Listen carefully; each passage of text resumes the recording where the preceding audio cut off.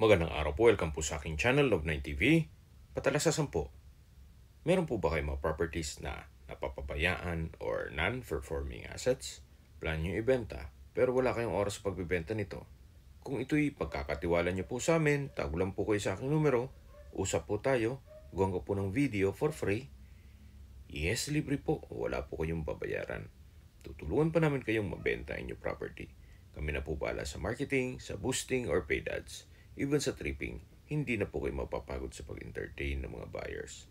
Kami na po bahala sa lahat. Tawag lang po kayo.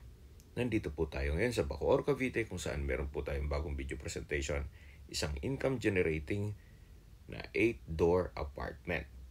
May lot area po ito na 240 square meters at may floor area na 335 square meters. Ito po'y titulado, buhay po ang may-ari, kaya wala po kayong magiging problema sa documentation or sa transfer ng title.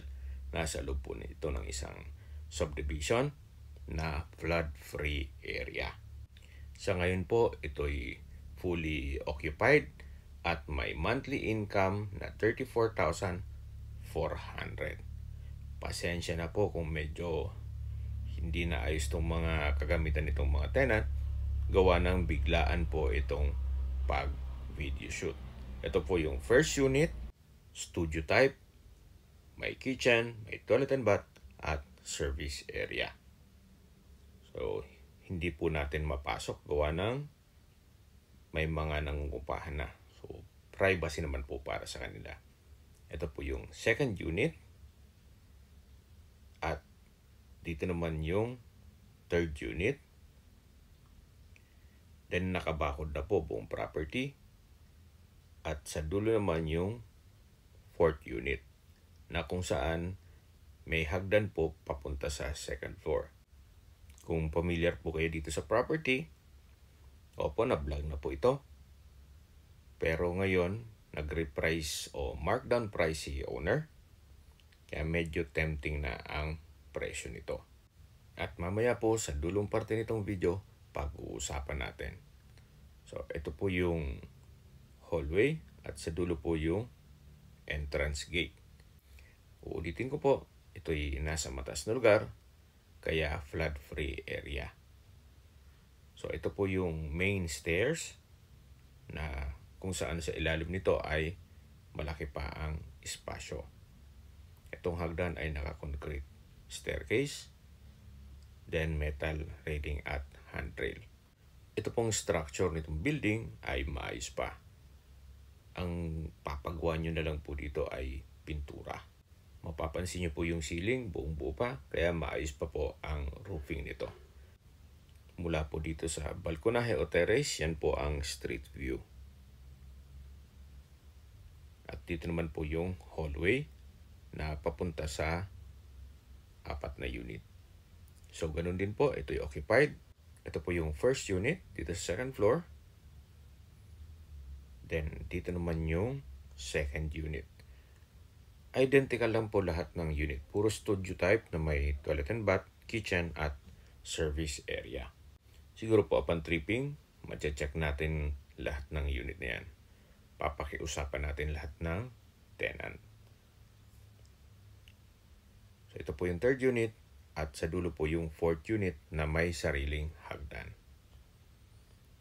So, dito po sa katabing lote ay bakante pa. Which is, iba naman po ang may-ari niyan. Habang naglilibot po tayo, pag-usapan na natin ang distance, location at travel time. Mula po sa Aguinaldo Highway, ang distance is 600 meters at ang travel time is 3 minutes or walking distance lang ito mula highway. At mula naman po sa SM Bacoor, ang distance is 1.2 kilometers at ang travel time is 5 minutes. Mula naman po sa All Home Imos, ang distance is 4 kilometers at ang travel time is 8 minutes. At mula naman po sa St. Dominic College of Asia, ang distance is 3 kilometers at ang travel time is 9 minutes. Mula naman po sa airport, ang distance is 14 kilometers at ang travel time is 26 minutes. Mula naman po sa Cavite East Asia Medical Center, ang distance is 8.9 kilometers at ang travel time is 20 minutes. Okay, sa presyo na po tayo. Binebenta po ito ni owner sa halagang 7.3 million pesos, which is fair deal naman. Yan naman po isa assessment ko lang. Sa lupa pa lang po na 240 square meters at ito'y titulado pa, may presyo na rin po yan. Then sa mahal po ng construction cost ngayon, or materials, or labor cost, you might consider this income generating property sa 7.3 million pesos net. Ibig pong sabihin, si buyer na po ang sasagot sa lahat ng taxes at expenses with regards to documentation. Kung may mga katanungan po kayo or gusto mag-set ng tripping dito sa property ito, tawag lang po kayo sa aking numero. At sa mga kababayan naman natin na sa ibang bansa, meron po akong Telegram. Sa mga iPhone user man, may message. Meron din pong email, Skype, Viber at WhatsApp. Same number lang po, 0917-316-3399. Sa mga nagtatanong naman po ng aming Facebook, meron po aming Facebook page na Nov9 TV at Facebook Reels Video. Makisuyo po, pakilike and follow na rin. Meron din po kami ibang YouTube channel na The Nov9 TV channel at AC Listings. Sana po naibigyan yung aming video presentation. Pakilike and subscribe na po sa aking channel para ma-update din po kayo sa aking future listings. Kung sakali po hanap nyo yung mas malaking sukat ng lupa, meron din po kami ibang listings na pwede nyong pagpilian. Huwag po kayo mag-atubiling tumawag sa amin, then let us know your budget para malaman namin kung anong property pwede namin ilok sa inyo. Sa lahat pong viewers, subscriber at nagtiwala po sa amin, salamat po sa suporta. Ingat po kayo lagi at yung pamilya. Maraming salamat po.